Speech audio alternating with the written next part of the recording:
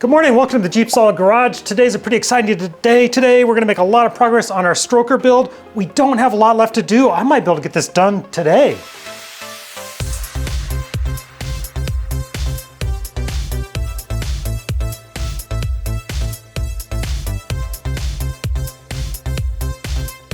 And if you're new to the channel, just to catch you up, this is a 4-liter inline 6 that I'm turning into that 4.6 stroker. It is gonna go into my 1994 Jeep Wrangler YJ. Today we're gonna throw the oil pan on the bottom, then we can start working on the top end. I had the head poured and polished. We'll get into that, it's looking really good. Gotta drop the lifters in, the push rods, a few of those things. We are pretty close to being done with this. That is awesome. All right, let's flip this over so we can get the oil pan on here real quick. I've got all my new parts ready to go. Got my new oil pan gasket, and we've got our push rods, new rocker assembly, and lifters. All these parts are supplied by Engine Tech. They are the sponsor of this build. I used their products in the last engine that I built. It turned out just phenomenal. Super happy with it. Be sure to check out Engine Tech's website, linked in the description below. All right, the first thing I'm gonna do to get a good seal with my oil pan gasket, couple of these edges right along here, I've got a little bit of gasket material sticking up. I'm gonna take a razor blade, cut that off, make sure that's super smooth right there. Same thing right here, got a little bit of RTV sticking up. Our oil pan gasket goes right over the top here, so I wanna make sure that I've got a smooth surface right here, get rid of some of this excess RTV. With a razor blade, that trimmed up really nice, so now it's perfectly smooth across there. Now I'm gonna take a little bit of brake part cleaner here and just clean up the gasket surface. Don't want any leaks. And we are going to be using a little bit of RTV on a few key points here. I am going to dry fit my gasket here first. Nothing worse than getting a little bit of RTV on there and then realizing you got the wrong gasket. But this looks like it fits perfect. So we've got a tiny little dab of RTV where the timing cover meets up with the block, and then on the back side as well, where the block meets up with the bearing cap. Just those two key little points on each side to make sure we don't get any leaks of oil. Now we can drop our oil pan gasket in place.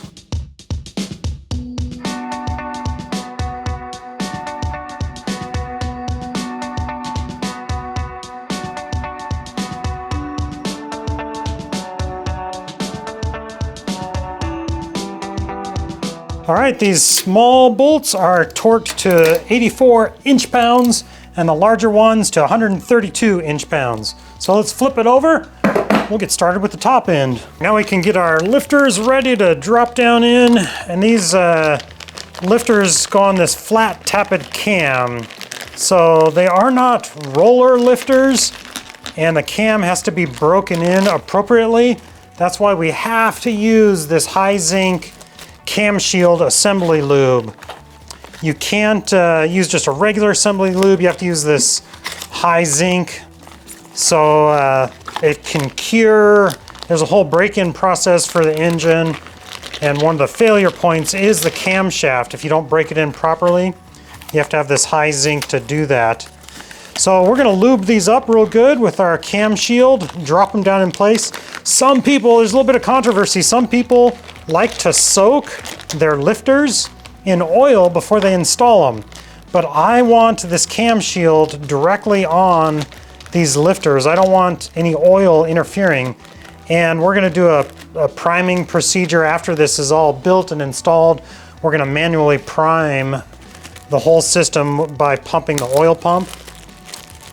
So that'll get everything all primed real good. And from what I've read, the research I've done, you don't really need to soak your lifters in oil. Like, it's just not necessary. I think I read that on like the manufacturer's websites and stuff. You guys can let me know what you think down below. But in the meantime, this is how I'm doing it. Gonna get my cam shield on my lifters to help protect my cam, and we'll get these dropped down in place.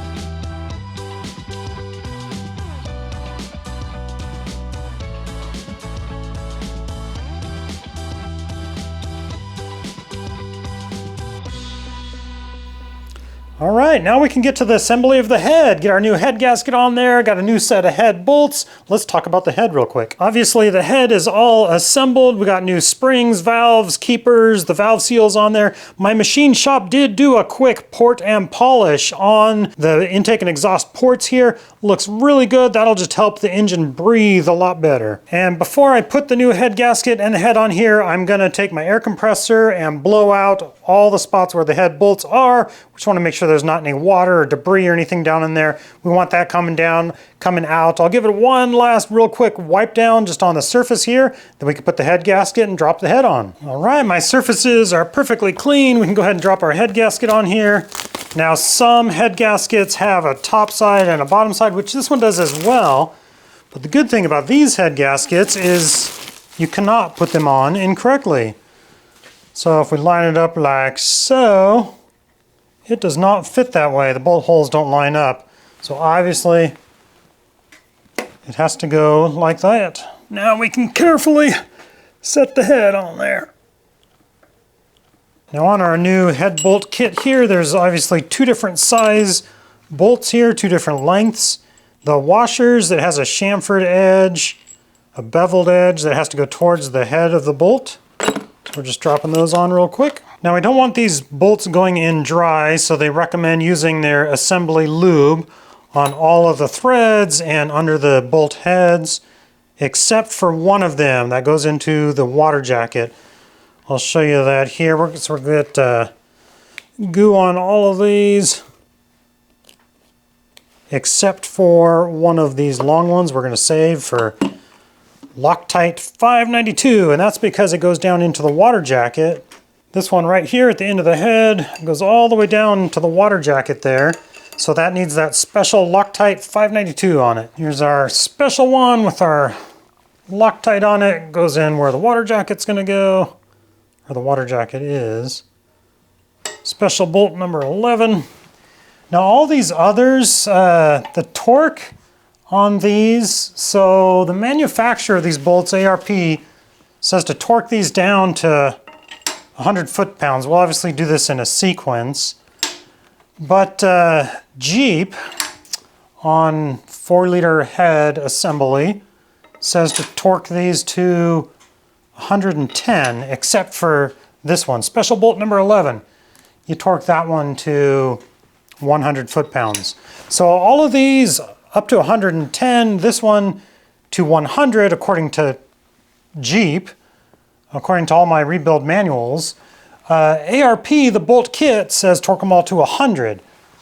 I think I'm gonna do what my Jeep manuals say and go up to 110, because I really don't think that ARP bolts, the difference between 100 and 110, it's not gonna cause a failure of this bolt, like 10 foot-pounds. There's no way. Is that what you guys would do? That's what I think I'm gonna do. I would rather have this torqued to the manufacturer's recommendation of the engine, the head, as opposed to what ARP says on its bolts. I don't know, maybe that's wrong. What do you guys think? Let me know, leave a comment. I'm just gonna go around and get these finger tight, and then we'll go through the torquing sequence. I think it starts at 22 foot-pounds. Okay, we are ready to torque. We're gonna start at bolt number 1, which is right here, and it goes around in a circular pattern, and we're gonna torque everything up to 110 foot-pounds except bolt number 11, which is only gonna go to 100. We're gonna start doing them all at 22 foot-pounds, then we're gonna go through, do them all at 45, let it set a minute, do it at 45 again, then go through and do our 110 foot-pounds, and this one up to 100, and then we'll let it set for a few minutes and relax. Then we'll go through and do it again, all up to 110, except this one to 100. So let's get started.